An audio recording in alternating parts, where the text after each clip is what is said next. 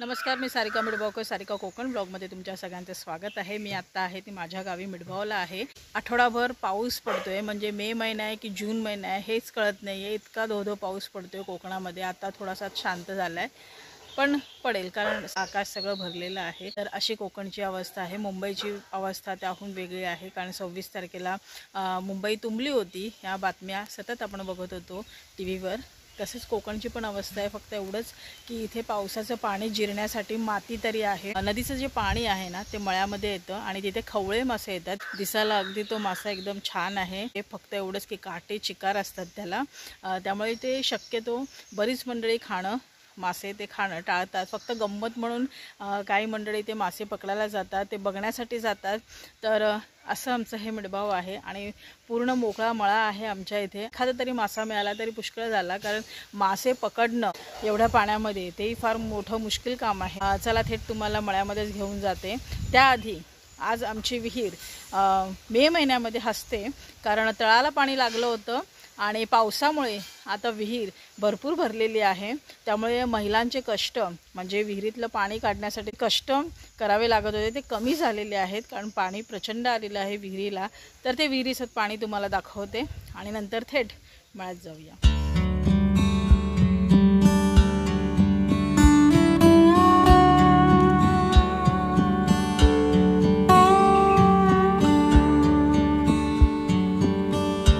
हा बघा सगळा मळा सगळा पाण्याने भरलेला आहे। इथे बऱ्याच ठिकाणी भातशेती होते। हे बघा पाणी वाहते, म्हणजे मे महिन्यात इथे पाणी वाहताना मी पहिल्यांदाच बघते। आभाळ अगदी दाटून आलेलं आहे, पाऊस पडतोय, बारीक पाऊस आहे, रात्रभर पाऊस पडतोय। त्याच्यामुळे सगळं पाणी बघा नदीसारखं स्वरूप आलंय मळ्याला। पूर्ण पाणीच पाणी सगळीकडे झालंय। मे महिन्याची ही अवस्था आहे। त्यामुळे आता शेती कधी करायची, पेरणी कधी करायची हा मोठा प्रश्न पडलाय शेतकऱ्यांसमोर इथल्या। ते बघा तिथे लांब कोणतरी मासे पकडते।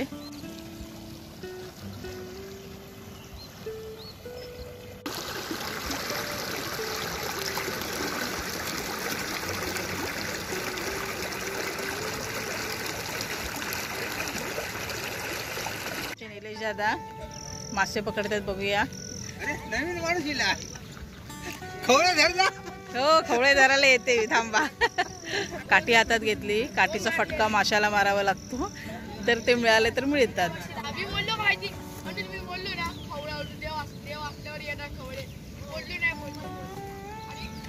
एवढं पाणी आहे आणि त्यात खवळे मासे पकडणं फार कठीण काम आहे। ताप आले असे म्हणतात। ही आमची बच्चे कंपनी। हा हा, ए आदर्श तुला ताप येतोय?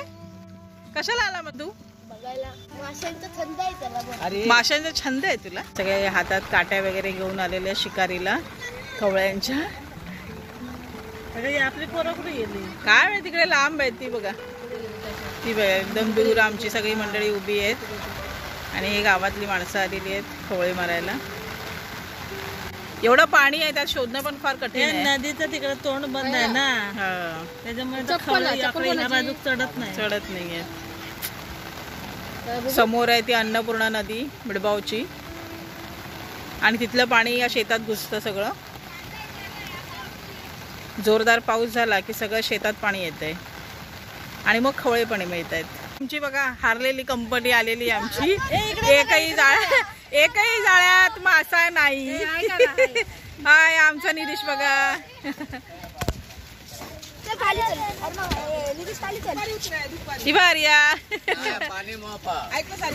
किती भेटले?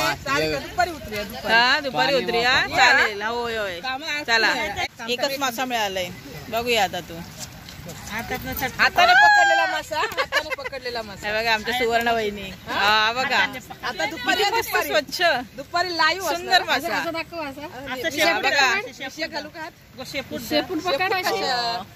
असं नको स्माइल देता का, सेल्फी मस्त।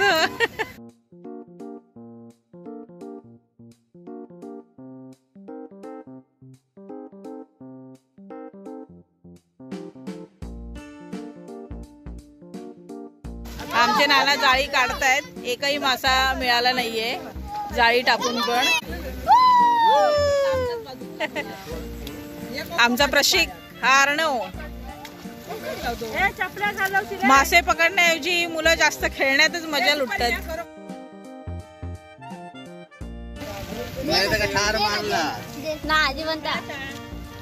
मासा गाळात टाकलेलं होतं पिशी काय त्याच्यात गोंदावलं. वालाय 2 मिळाले नितीशला. होय. इथे माझा मुलगा आहे. पुन्हा आलोय 4 वाजता असं जरा मजा मस्ती करायला. त्याने 4-5 तरी खवळे पकडलेत, घरी ठेवलेत. आणि बघा ही मुलं बघा पाण्यात खेळण्यासाठी खास आलीत. खेळ चालू आहे, खवळे पकडायचे नाटकं.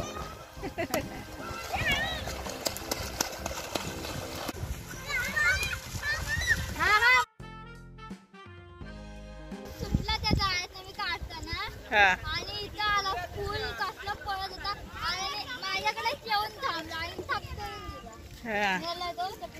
पिशवीत ठेवलायस बघ जरा आहे का.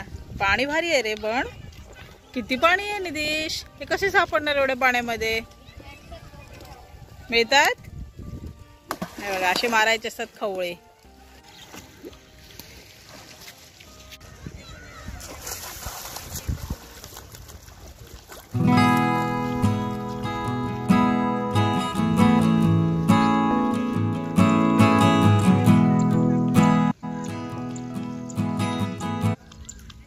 हा मासा खाणं सगळ्यांना शक्य नाही आहे. म्हणजे खवळ्यामध्ये भरपूर काटे असतात, त्यामुळे ते फार जपून खावे लागतात.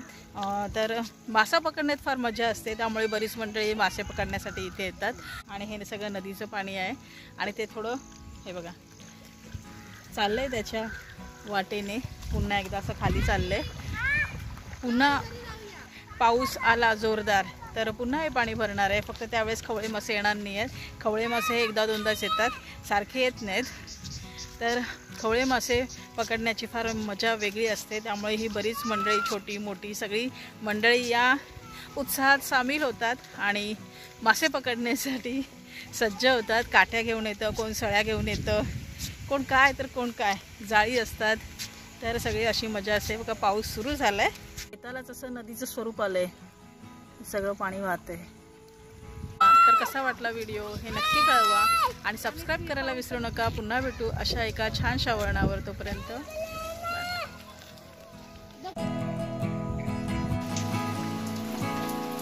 आता बघ जीवन कसे आणतो.